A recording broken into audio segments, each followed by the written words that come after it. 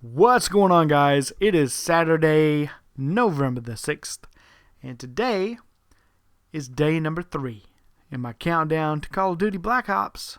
We're so close. Today, I'm going to be playing a little headquarters here on Trailer Park, and one thing I get asked quite often, I get private messages at least once or twice a week for sure asking this question. What is the best way to rank up? And what is the quickest way to rank up? And Modern Warfare 2, I had to change my former statements. When I played World at War and Call of Duty 4, the answer was pretty easy. Headquarters. Lots and lots of headquarters.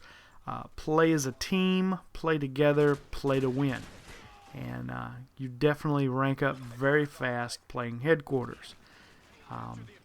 In World at War, the hookers actually, we were ranked very high at one point. In fact, if I think about it, I will try and find the video I uploaded to my channel that showed my stats for headquarters in World at War. We were very highly ranked for quite a while, and then we quit playing, and now we're like dropped way back down on the leaderboard because all the hackers and everything is up top. But I actually think Mossy was the highest ranked of all of us. He was in the hundreds, and when you think about how many people play, in the world, that was pretty damn good. And I think I was in the 200s at one time. I don't remember exactly what the rank was, but we were a pretty good headquarters team, and I'll be sure to put that link down below. But headquarters is a fantastic game type to play, to rank up in everything except Modern Warfare 2. The pro aspect of headquarters, just didn't like it. None of us did. You can see in this game here, I'm going to fall victim to the pro aspect. I'm not going to get on the headquarters like I would if it was a normal headquarters game. I really hope that in Black Ops, it's just plain old headquarters. Everything that I have seen so far would indicate that it will be just normal headquarters and not this headquarters pro stuff. The pro aspect of it just makes you not want to get on the headquarters right away. And it does allow you to run around the map and get a lot of kills, but that's really not the point of headquarters. You want to win this game as quick as possible. And we ended up switching to demolition. That's why I see so many of my gameplays are demolition. And this was just a rare instance where we were playing headquarters. And you will probably see quite a bit of headquarters play, I would think, from me when it comes to Black Ops. But we'll just have to wait and see how it goes. But I would suggest headquarters, search and destroy, and demolition. Unless they drastically change some of the scoring in the other games. Once I get into this game, I will definitely pass on my feelings on what will be the absolute best way to rank up in Black Ops, but we shall see in just a few more days what kind of scoring all the objective-based games will net you, because objective-based games will definitely always get you more points than just the regular team deathmatch games, and free-for-all as well. It'll be interesting to see what kind of XP you end up getting out of the wager mode matches as well. But I will be sure to let you guys know in some videos as soon as I can after I get my hands on Black Ops on what the scoring looks like. Because I am definitely going all the way to 15th Prestige. That's just going to sound so weird saying 15th Prestige. But I will let you guys know the fastest route to get there legit. Because do it right, guys. Don't do none of the lobbies. I'm sure there'll probably end up being some lobbies in Black Ops 2. Play the game. I mean, that's the whole point. Play the game, play it right, and rank up the right way. Next thing I wanted to talk about, the full list of maps for this game has been released now. And I just wanted to run down them really quick and let you guys know a little bit about them in case you have not heard anything. The first map on the list here is Array, and it is a large snow-covered map, and probably be pretty good for medium fighting. I don't know necessarily how it'll be. I'm sure there'll be some sniping spots, but with with quick scoping being what it is now in Black Ops, you may end up hanging back and, you know, doing the traditional type of sniping on a map like this, being such a large map. The next map is Cracked. This is a Vietnam era map.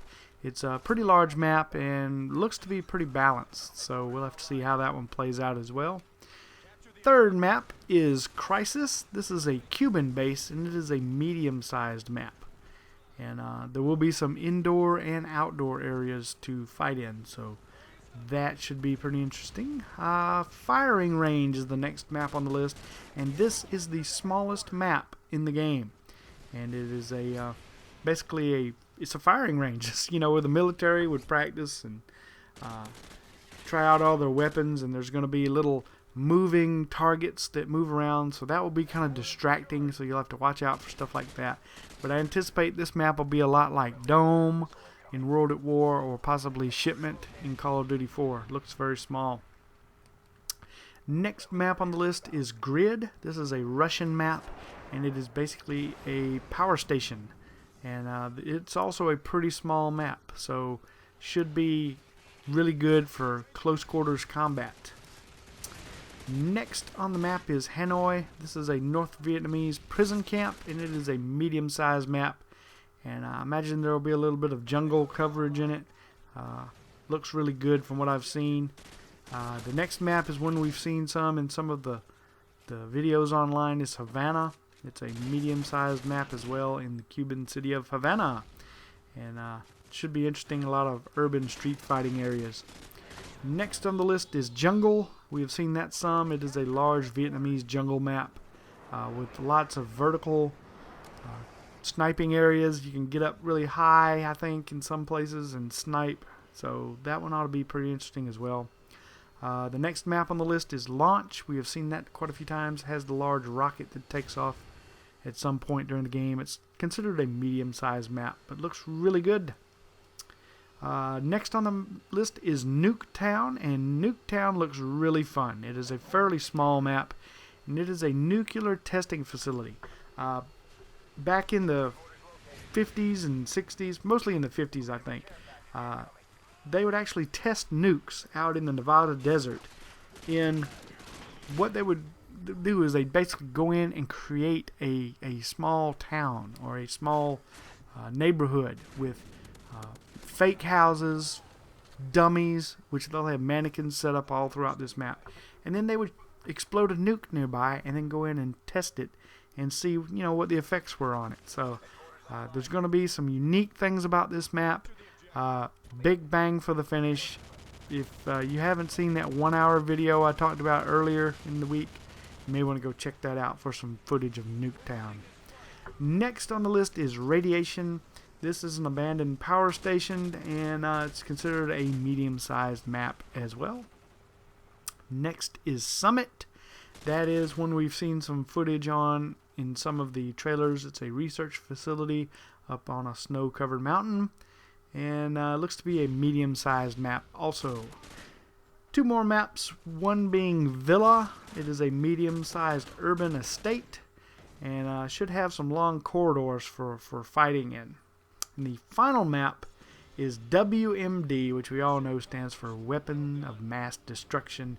It is an old Soviet base, and it's a medium-sized map as well, and looks like it will be pretty good for some intense close-quarters combat.